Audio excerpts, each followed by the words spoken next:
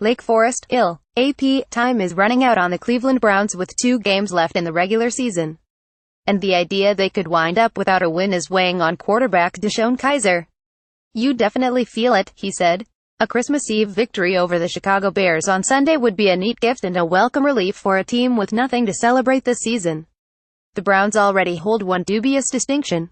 They're the first team to open consecutive seasons 0-14 after last week's loss to Baltimore, but the big one is still out there.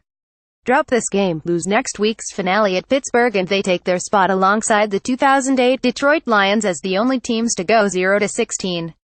Then again, the Bears 4-10 haven't done much winning lately.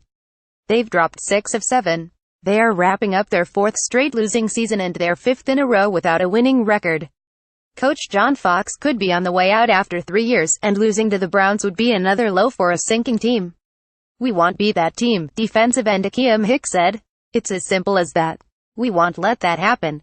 Here are some things to know as Cleveland seeks its first win at the Bears' expense. Holiday cheer. Cleveland's lone win last season came on Christmas Eve against the then San Diego Chargers. Coach Hugh Jackson is 2-0 in Christmas Eve games, the other win coming with Oakland in 2011. "Every week you go in thinking it's a win, but if we can get one this week it will be pretty special," guard Joe Bitonio said. "We just got to play all our games on Christmas Eve if we pull this out." Home feeling. Bears quarterback Mitchell Trubisky meets his hometown team for the first time since Cleveland passed on drafting him with the number 1 pick this year.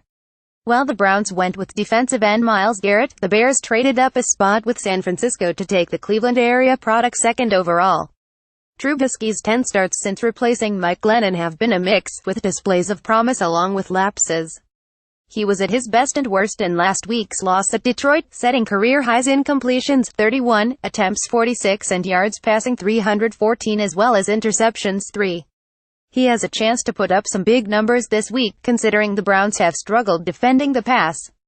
Kizers year. For a 21-year-old, Kizer has endured an eventful first season in the NFL. Cleveland's rookie quarterback won a starting job, injured his ribs, lost his job, got it back and struggled with turnovers. It's been a lot to handle, but Kizer believes the experience will benefit him in the long run. "In 1 year, I have been able to take what most guys get in 4 and 5, he said. "That means hopefully once I get over this and learn from this situation, I will be able to be a better quarterback for longer than anyone who has gotten to that level has been."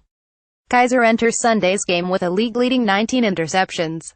He has only had 1 game in which he didn't throw at least 1 pick. Jackson has been supportive of Kizer, but this week, he backed off on any talk that he might be Cleveland's long-term answer at the position. Out Fox. Fox could be coaching his final home game at Soldier Field. And if his tenure in Chicago is ending, it might go down as the least successful in franchise history. Fox, who led Carolina and Denver to Super Bowl appearances, is 13-33 with the Bears. He has the 2nd lowest winning percentage in franchise history, .283, and 2 more losses would put him at the bottom. That spot is currently occupied by Abe Gibrone, who was 1-1-301.274 from 1972 to 74. Change ahead. Despite owner Jimmy Haslam saying Jackson will be back next season, there remains a belief that if the Browns finish 0-16 the team might make another coaching change.